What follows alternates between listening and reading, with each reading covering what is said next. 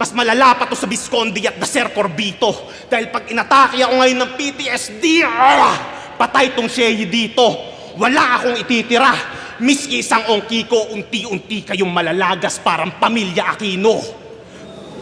Babatiin ko yung nanay mo ng magandang gabi, Maria Luisa. Sakto yung bahay niyo hindi nakakandado. Gigilitan ko siya sa may lababo habang naglilinis siya ng plato. Sasaksain ko ng maraming beses sa tiyan, likod, binte, tsaka braso para mas marami akong butas na papasukan kapag tinitigasan na ako. Wala akong pake! Wala akong pake! Kahit may batang umiiyak pa, tatalsikan ko pa yan ng tamod parang ginawa ni Tekla sa anak niya. Gusto nyo bang malaman kung paano tumatakbo yung sex life ko? Pakibinyagan nyo na yung bata na mahugasan na yung flashlight ko. Wala akong pake, di ako makikinig sa kung ano man subalit bagamat at datapwat. Ginagawa ko to mag-isa ng walang halong kasabwat. Tututukan ko pa yung asawa mo ng matalim na panaksak. Mamili ka, papatayin ko to o kakantutin mo yung sarili mong anak. Pati yung kapatid mong si Moy, tsaka si Ann, sabay-sabay mabibiyak. Hindi ko to malilimutan dahil yung gamit ko itak. Ginagawa ko ang lahat ng to habang ako'y umiiyak katulad ng ginawa ko sa mga pamilya na pinatay ko sa Iraq. Wala akong pake.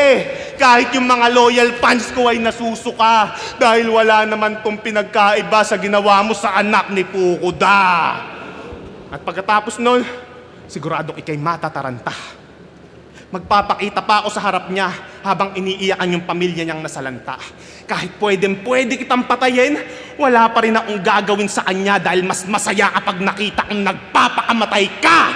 And that's closed casket, beyond recognition. Ayoko na ng mga tawanan, sawa na ako sa ganyang feeling. Yung komedyante na persona, hindi ko na yan mithiin cause I have lived long enough to see myself become a villain. Lumampas na ako ng linya. Eto ba yung gusto nyong anyo? Ang nakakatakot nga lang dyan, eto na yung totoong ako. Ako na nagpakakontrabida dahil di mo maayos na nagampanan yung papel na yan at ikaw na yung ginagawa kong bida nang malaman mo kung gaano yan kasarap sa pakiramdam.